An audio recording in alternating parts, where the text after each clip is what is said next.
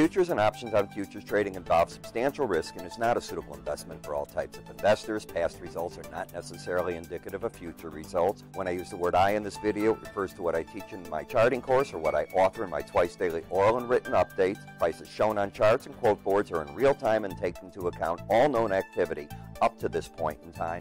And if you'd like to read more of this disclaimer, simply hit the pause key on your video player. Good morning.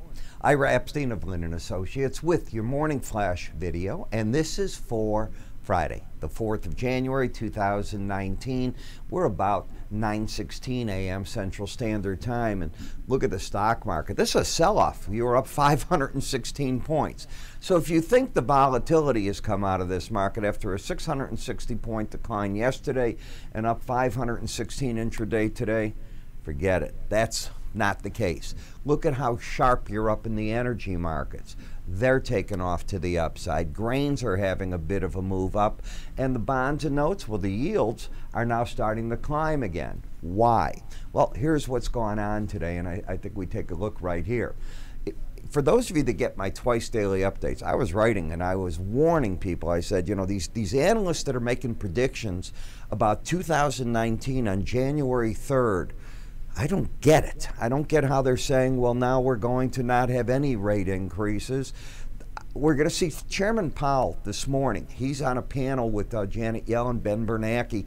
They're going to be talking the economy. Everybody will be looking for clues to see what's going on.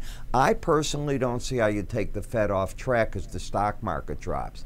I think when you get payrolls at 312,000 versus a 175, even though it's a back number, it's an older number, it's a strong number. The other part that you look at is the hourly earnings, and it's up 3% year over year.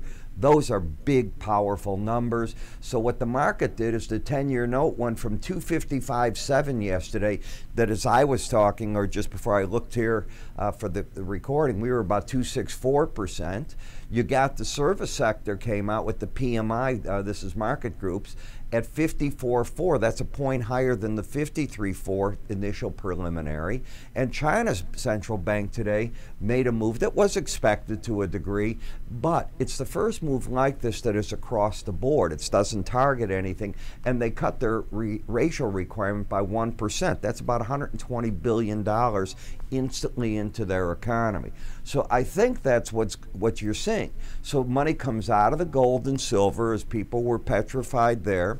In the yen, you're seeing the market down about 46 points after the monstrous gains that you just put into the market. And this is typical of what we're getting right now with these unbelievably wild moves. Very difficult to trade markets because of that. Keep that in the back of your mind. We're writing about all this in all these different categories that you see, and we put this into your email throughout the day. So we're giving you market reports and so on. If you haven't tried our research, you should. It's written for the commodity market people, and I think you'll see that it covers hedgers, it covers speculators, options, futures, trade strategies. How do you get it? Give us a call. You can go to our website to sign up for it at www.iraepstein.com, or you can click right up here if you're watching me on YouTube. It'll take you right there. Get ready for a wild day. Buckle in, as I like to say, and I'll see you all this afternoon with our end of the day videos.